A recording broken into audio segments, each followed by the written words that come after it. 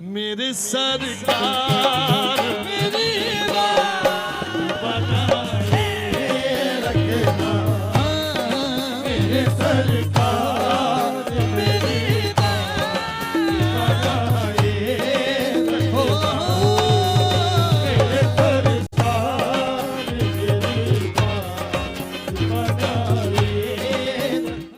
حیدرآباد میں M Q M Pakistan کی جانب سے سالانہ محفل میلاد کا انعقاد کیا گیا، جس میں ملک کے نامور نعت خواں اور معروف قوالوں نے شان رسول صلی اللہ علیہ وآلہ وسلم میں نذرانے عقیدت کے پھول پیش کیے۔ تقریب میں ایم کیو ایم پاکستان کے کنوینر اور دیگر مرکزی رہنماؤں اور معزز شہریوں نے شرکت کی، جبکہ خواتین کی بڑی تعداد نے بابرکت محفل کا حصہ بنی۔ تقریب سے قبل ایم کیو ایم پاکستان کے کنوینر ڈاکٹر خالد مقبول صدیقی نے میڈیا سے گفتگو کرتے ہوئے کہا، جشن عید میلاد النبی ایم کیو ایم کی ان روایتوں کی ایک زندہ روایت ہے، اور حیدرآباد شہر عاشقان رسول کا شہر ہے، اور ایم کیو ایم پاکستان نے بھی گزشتہ کئی دہائیوں سے اپنے اس سلسلے کو ہر طرح کے دور میں جاری رکھا۔ اللہ تعالیٰ ان کی ان کوششوں کو قبول فرمائے، اور انشاءاللہ تعالیٰ پاکستان دین کے نام پر جو بنا تھا اس کی سلامتی اور سربلندی کے لیے ہر شخص کو اپنا کردار ادا کرنا چاہیے۔ Convener MQM Pakistan کا کہنا تھا، کسی سیاسی پارٹی کا مرجر نہیں ہوا، پرانے ساتھیوں کی شمولیت ہوئی ہے۔ ڈاکٹر خالد مقبول صدیقی نے بانی ایم کیو ایم کے دوبارہ ملکی سیاست یا ملک میں واپسی کے سوال پر کہا،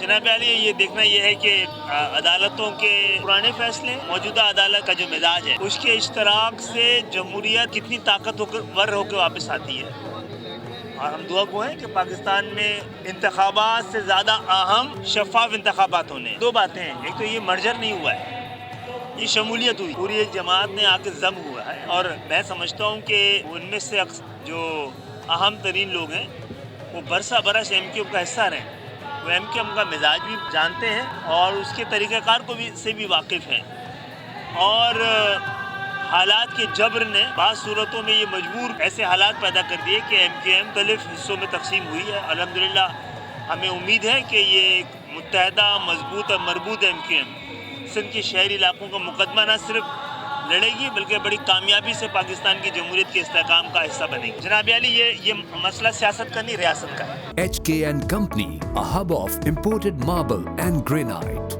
حاجی کرنل پشاور ماربل۔ محفل میں مرکزی رہنماؤں، رابطہ کمیٹی کے ارکان، ڈسٹرکٹ عہدیداران اور شہر کے عمائدین نے شرکت کی۔ کیمرامین احمد رضا کے ساتھ شہروز حسن خان، حیدرآباد ٹائمز۔